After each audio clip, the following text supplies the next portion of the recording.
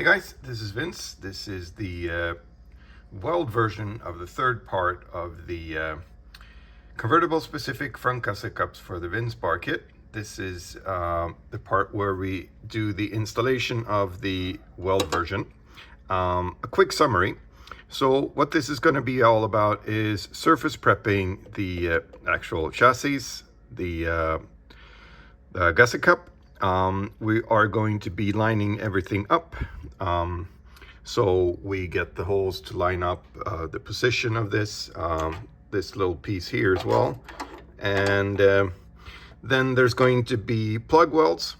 There's going to be some stitch welding. Once some of that is there, we're going to also be punching or tapping in this edge over, or this piece of the faceplate of the front gusset cups to follow the form of the chassis there.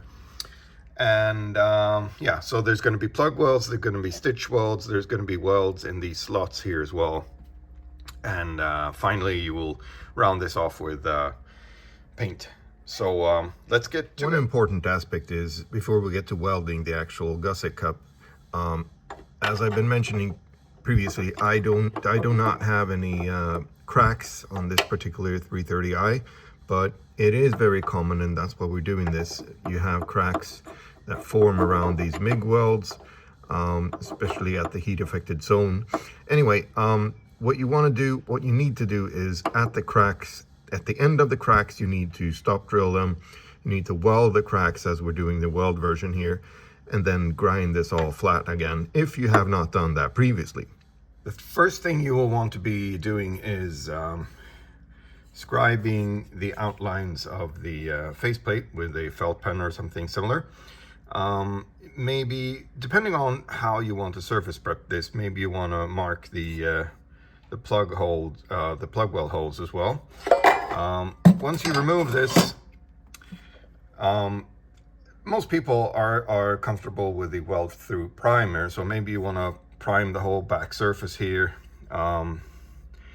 Remove the paint, I would say, from the surface within described outline, and surface prep that as well with weld through primer. Or maybe you just want to grind off where the spot welds are, keep the other paint, I'm not sure. That's where you would want to have these spots. So once you've done the surface prepping, same thing for this piece that we cut off earlier. Now you place this back in position, and what you want to do is, let's see here, put this in place. We're going to be using a sort of an ordinary M8 screw to screw this in, tighten it to get this to stick.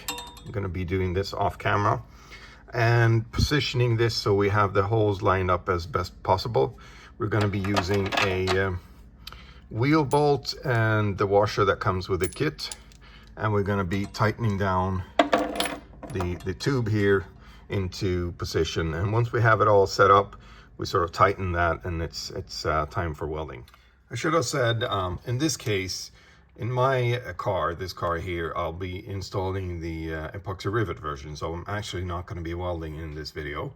I'm actually not going to be doing the surface prepping with the weld through primer and all that as well. So imagine that is done at this point. I have snugly tightened the wheel bolt after adjusting it slightly. I've snugly finger tightened the screw there. And it's time for welding. So one thing you may or may not need to do is, so these slots here, what you're supposed to be doing is welding through the slot into welding these pieces together. So obviously you will need to have the slot wide enough to get to that joint there. Over here we can see it's barely, you can barely see the joint, the slot in between the two green pieces here.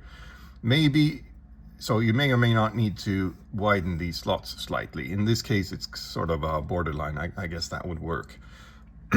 So that said, so you want to line these up so they're nice and aligned, and I would say it's a preference whether you start with some spot welds or some stitch welds. So ideally I'd like to see a perimeter weld around the whole thing, but I guess it would be good enough to do stitch welds, maybe 10 millimeter stitch weld, a gap with 10, and then 10, and so on and so forth.